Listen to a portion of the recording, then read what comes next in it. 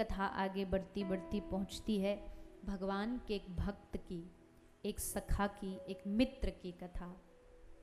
कृष्णस्य सिति सखा कश्चित ब्राह्मणो ब्राह्मवित्तः विरक्तीन्द्रियार्थेषु प्रशांतात्म जितेन्द्रिय। भगवान के एक मित्र हैं, भगवान के एक सखा हैं, जिनका नाम है, क्या नाम है? सुदामा जी महाराज। संत हृदय सुदामा, धन से दरिद्र पर मन से शहंशाहों का शहंशाह सुदामा। संसार में रह करके, ग्रस्त में रह करके सन्यासी जैसा जीवन जीने वाला सुदामा, जिसके जीवन का हर कर्म, हर क्रिया, हर पल भगवान को समर्पित, ऐसा भगवान का भक्त सुदामा। श्री सुदामा जी महाराज की कथा सुनाते हैं श्री शुकदेव जी। ये बचपन की घटना है, जब भगवान श्री कृष्ण और सुदामा जी की मैत्री हुई, दोस्ती हुई, मित्रता हुई। मित्रता एक बड़ा अच्छा संबंध है, अगर मित्र अच्छा मिल जाए तो।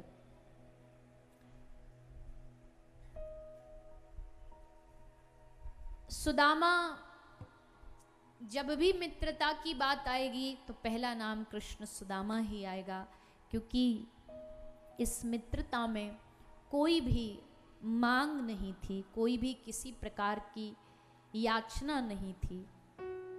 इसलिए सुदामा जी को भगवान बहुत प्रेम करते थे।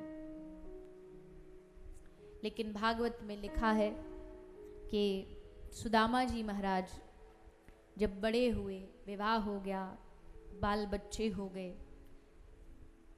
दूरी हो गई कृष्ण से, थोड़ा समय बीता, दूरी हो गई। अब क्या करें? तो धन्य है सुशीला।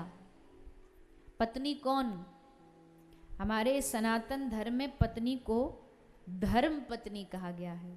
मतलब धर्म में जो सहायक बने, धर्म में जो मदद करे। कोई भाई फिर भी कह रहा हूं नहीं नहीं हम नहीं जाएंगे कथा सुनने, ये सब कथा वथा ढोंग है, फिर भी हाथ जोड़ के कहे अरे नहीं, एक बार तो चलो आप कथा सुन करके आओ, एक बार तो हमारे संग वहां दर्शन करने चलो। यानी जो हर कदम पर धर्म से जोड़े उसी को धर्म पत्नी कहते हैं, धर्म में जो सहायक बने। तो आज सुशीला जी जो है वो श्री कृष्ण से मिलने के लिए सुदामा को थोड़ा सा प्रभावित करती है। कहती है कृष्ण से मिलने के लिए कि हे स्वामी, मित्रता में बहुत दिन तक ना मिलना हो तो एक दूसरे को भूल जाते हैं, और कृष्ण तो इतने बड़े राजा हैं द्वारिका के, तो समय समय पर मिलना जरूरी है, अपने मन की बात कहना जरूरी है। और कभी कभी जैसा कल उद्धव जी के प्रसंग में आया कि कहीं जब कोई मन की बात किसी और से नहीं बोल पाता है, संकोच कह लो, मर्यादा कह लो, तो वो अपने मित्र से वो बात खुल के बता सकता है कि भाई हमें ये परेशानी है, हमारे जीवन में ये प्रतिकूलता है। मित्र अच्छा होगा तो समाधान देगा, समझाएगा। इसलिए हमारे शास्त्रों में भी लिखा है कि एक आयु के बाद जब बच्चा 15-16 वर्ष से आगे बढ़ता है तो घर के जो बड़े हैं उनको उनके साथ मित्र जैसा व्यवहार करना चाहिए, क्योंकि जब घर में मित्रता मिल जाएगी तो बाहर नहीं ढूंढेगा। बाहर बच्चे फिर गलत संग में, मित्रता में इसलिए पड़ जाते हैं क्योंकि उनको घर में मित्रता नहीं मिलती, वो घर में सच्चाई नहीं बता सकते। घर में सच्चाई बताई तो फिर थप्पड़ पड़ेंगे, और दोस्त को जाके सच्चाई बता देगा तो दोस्त कहेगा कोई बात नहीं, तो उसको लगता है कि फिर बातें जो अपने मन की वो वहां जाके बताई जाए। क्यों? क्योंकि वहां उसको स्वीकार किया जा रहा है।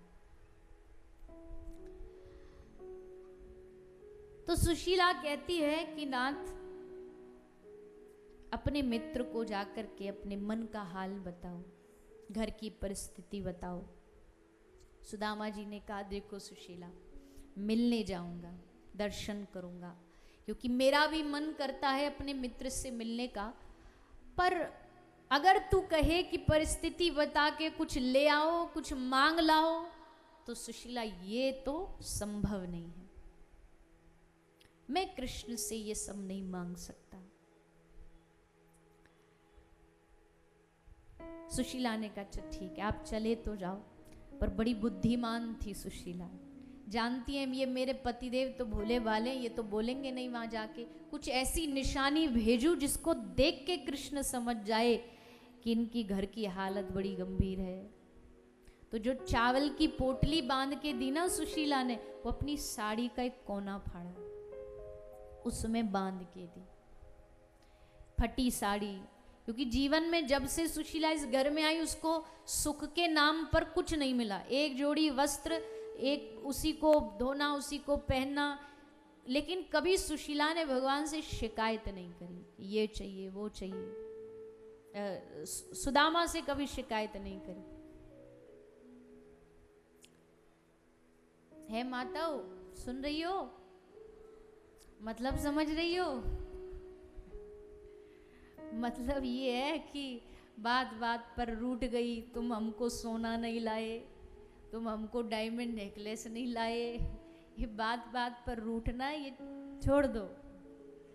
वस्तुओं से कहीं कोई प्रेम नहीं होता कि भाई जितना हम पर खर्चा करे तो बड़ा प्रेम हो गया, ये कोई प्रेम है?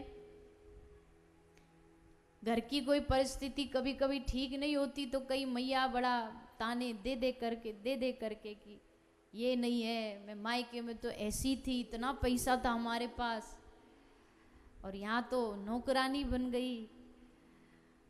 तो ऐसा नहीं होना चाहिए। भगवान जो परिस्थिति दे देना जिस जीव को, चाहे धन है चाहे धन नहीं है, उसमें अपने आप को आज नहीं कल दे देगा।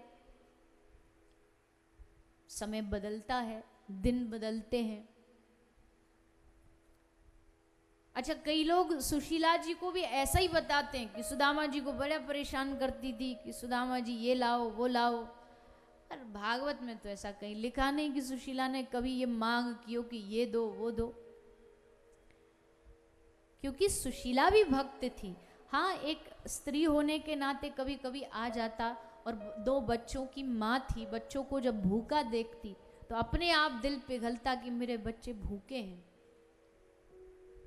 तब कभी मन में आता। पर सुदामा ने स्पष्ट बोल दिया, जाऊंगा पर कृष्ण से कुछ मांगूंगा नहीं। तो सुशीला जी ने एक चावल की पोटली साड़ी की कोना को फाड़ के उसको बांध के दे दिया, और सुदामा जी उस पोटली को लेकर के द्वारिका जा रहे हैं। द्वारिका पहुंचे। द्वारिका पहुंच करके, क्योंकि भगवान ने योग माया से कह के जब ये सो रहे थे तो इनको सीधा द्वारिका पहुंचा दिया था। तो जब जागे तो सबसे पूछ रहे हैं कि भैया द्वारिका कितनी दूर है। सबने कहा, अरे बाबा द्वारिका में ही खड़े होए के पूछ रहे द्वारिका कितनी दूर है, द्वारिका में तो तू खड़ा है। क्या द्वारिका? तो कन्हैया कहाँ है? कन्हैया कृष्ण हमारा कहाँ रहता है? कौन सा मोहल्ला है, कौन सा उसका घर है? तो कौन कन्हैया? द्वारिका में थोड़ी कोई इस नाम से जानता भगवान को, लेकिन कौन कन्हैया? हमारा मित्र, यहाँ का राजा। कौन? द्वारिकाधीश राजाधिराज महाराज 1008 श्री श्री कृष्णचंद्र प्रभु। सुदामा जी बोले कि 1008 है कि द्वारिका का राजा, ये तो नहीं पता, पर ये पता है कि उसका नाम कृष्ण है, उसका नाम कन्हैया है। हम तो भैया इसी नाम से जानते, और तुम चाहे उसके नाम के आगे पीछे कुछ भी लगा लो। भैया वो देखो सामने वो जो सबसे ऊंचा शिखर है वो कृष्ण का महल है। चले सुदामा, द्वारपालों से निवेदन किया, और जैसे द्वारपालों ने देखा फटी धोती फटे कपड़ा, तो ऐसा नहीं कि इस पहचान नहीं पाए। द्वारपाल जानते हैं कि इस दुनिया में हमारा ही एक राजा ऐसा है जो गरीबों को भी दोस्त बना लेता है। जानते हैं द्वारपालों को अपने मालिक का सबको पता रहता ना कैसा मालिक है। कोई गरीब आए तो मालिक कह देता नहीं नहीं इससे नहीं मिलना, मना कर देना। पहले से ही जो दास होते हैं उनको पता है कि भैया ऐसा करेंगे। पर यहाँ इन द्वारपालों को पता हमारा मालिक ऐसा नहीं है। हो सकता है ये सच कह रहा है, पर भैया ये समय तो मिलने का नहीं है, गलत समय पर आए हो। सुदामा ने कहा आ गए, अब वापस तो नहीं जा सकते, काम करो, निवेदन कर दो श्री कृष्ण से। अगर उसकी इच्छा होगी तो आज बिना मिले तो यहाँ से नहीं जाएंगे। द्वारपालों ने जाकर के भगवान से निवेदन किया, भगवान को सूचना पहुंचाई और श्री कृष्ण के पास सूचना पहुंचते ही कि सुदामा मेरा मित्र मुझसे मिलने आया है। भगवान पादुका पहनना भूल गए, सीढ़ियों से उतरना भूल गए, पीतांबर गले में डालना भूल गए। आज तक भक्त भगवान के लिए दौड़ता था, आज भगवान अपने भक्त के लिए दौड़ा।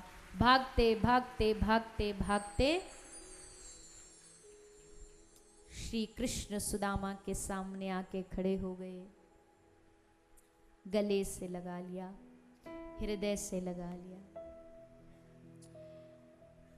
अपने अंग से अंग मिला, आंसुओं की धारा बही, दोनों मित्रों का मिलना हुआ, पुरानी स्मृतियां जागी, पुरानी याद जागी। हाथ पकड़ के श्री कृष्ण सुदामा को अपने महल में लेकर के गए।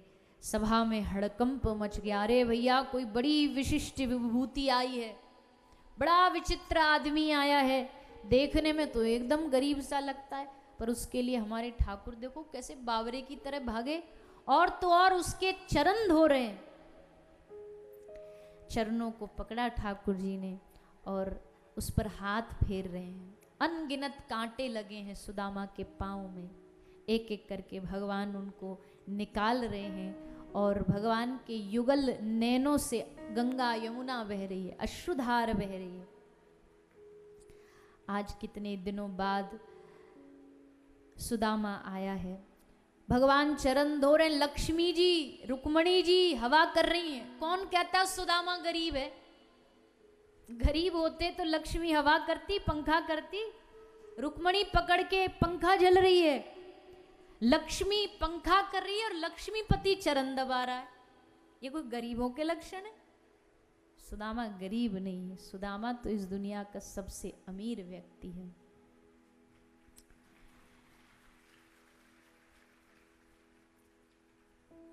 दोनों में आपस में वार्तालाप हुई।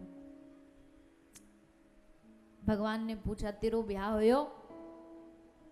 सुदामा जी ने संकुचित होते हुए बोलते हाँ कन्हैया। तेरो होयो? ठाकुर जी बोले बुढ़ापे में मिल रहे हो तो का बुढ़ापे तक भी ब्याह नहीं करेंगे हम? ब्याह हो गए, बाल बच्चे हो गए, दादा बन गए हम, पोता पोती सब है हमारे। सुदामा जी ने कही हमको न बुलायो। ठाकुर जी बोले बुलाते तो तब जब पहले से कुछ प्री प्लान्ड होता, कुछ पता ही नहीं रहता, कुछ पता ही नहीं चलता आज ब्याह है, आज शादी और शाम को ब्याह हो जाता। पर तूने क्यों नहीं बुलाया? सुदामा बोले अरे भैया तो बुलावो, कोई हंसी खेल है? कहाँ तू द्वारिका को राजा, कहाँ मैं गरीब सो। पर हाँ जब से दूरी हुई, जब से तू अपने वापस द्वारिका आया, मैं अपने गांव गया, हे कृष्ण एक पल भी ऐसा न बीता, एक क्षण भी ऐसा न बीता जब मैंने तुमको न याद किया हो, जब ये आंखें तुम्हारी याद में न रोई हो। और आज मैं धन्य हो गया, कितने वर्षों बाद तू मेरे सामने बैठा है। भगवान बोले ज्यादा भावुक बात मत करो, हमको काम की बात बताओ, काम की ये बताओ हमारे लिए क्या लाए हो। अरे प्रभु आपको कोई क्या दे सकता है? भगवान बोले ये सब बातों में हमको मत बहकाओ, चलो तुम पे तो हमें भरोसा है कि तुम तो कुछ लेके नहीं आते, पर हाँ भाभी जी ने तो हमारे लिए कुछ जरूर भेजा होगा, बताओ क्या भेजा है। तो बगल में दबी पोटली सुदामा छुपाने का प्रयास करता है, पर भक्त वत्सल भगवान चावल की पोटली को सुदामा की काख से खींच लेते हैं और एक एक करके उसका एक एक दाना चावल प्रसाद, तंदुल प्रसाद भगवान पाते हैं। लोग कहते हैं चावल पाते गए भगवान और उसके बदले में तीनों लोग देते गए, पर ऐसा नहीं है। सुदामा ने 3 लोग मांगे ही नहीं तो ये देंगे क्यों? सुदामा ने जो मांगा, हे प्रभु ये जो आप पा रहे हो इसके बदले मेरे जीवन का हर पल आपकी करुणा से भर जाए, ऐसी कृपा करो। यही मांगना चाहिए। मैंने थोड़ी देर पहले कहा ना, मांगना नहीं आता हमें, तो यही मांगो। आज कथा का विश्राम दिन है, तो भगवान से निवेदन करो, हे प्रभु हमारे आप करुणा के समुद्र हो, अथाह समुद्र हो, और अगर समुद्र में से कोई एक गिलास पानी निकाल ले जाए तो समुद्र खाली थोड़ी ना हो जाएगा, समुद्र का थोड़ी कोई घाटा हो जाएगा। तो हे प्रभु आप करुणा के समुद्र हो, अगर थोड़ा सा उस करुणा का छींटा हम पर डाल दोगे तो आपका कुछ बिगड़ेगा नहीं, पर हमारा जीवन बन जाएगा। श्री नारायण दास जी का ये भाव, तुम करुणा के सागर हो और मेरी छोटी सी गागर है बुद्धि, इसको करुणा से भर दो। कि थके पांव हैं, दूर गांव है, दूर नगरी बड़ी दूर नगरी, कैसे आऊं रे कन्हैया तेरी गोकुल नगरी। पर तुम करुणा की कृपा करोगे तो मेरी मति भर जाएगी आपके प्रेम से। यही मांगा सुदामा ने, भगवान ने आशीर्वाद दिया। उसके साथ साथ भक्ति का साथ में बाय प्रोडक्ट भी मिल जाता है ना, तो सब मिल गया सुदामा को, महल मिल गया, नाम मिल गया, सम्मान मिल गया, पर सुदामा फिर भी एक झोपड़ी बना के भजन करते हुए भगवान को प्राप्त करते हैं। इस प्रकार श्री सुदामा जी की ये दिव्य कथा सुनाई गई है। हम सब ने समय अनुसार इसको श्रवण करते हुए प्रणाम किया।